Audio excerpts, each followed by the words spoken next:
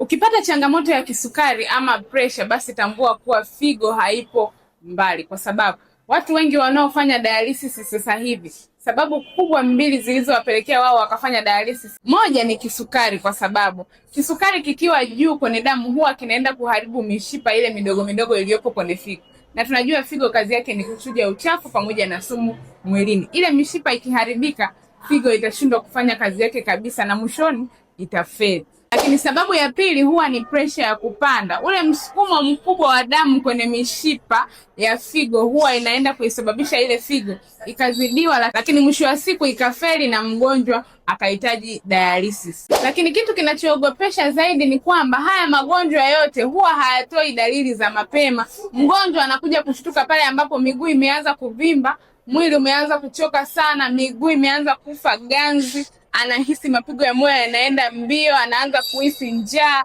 kiu pamoja na dalili zingine zinazofanana na hizo.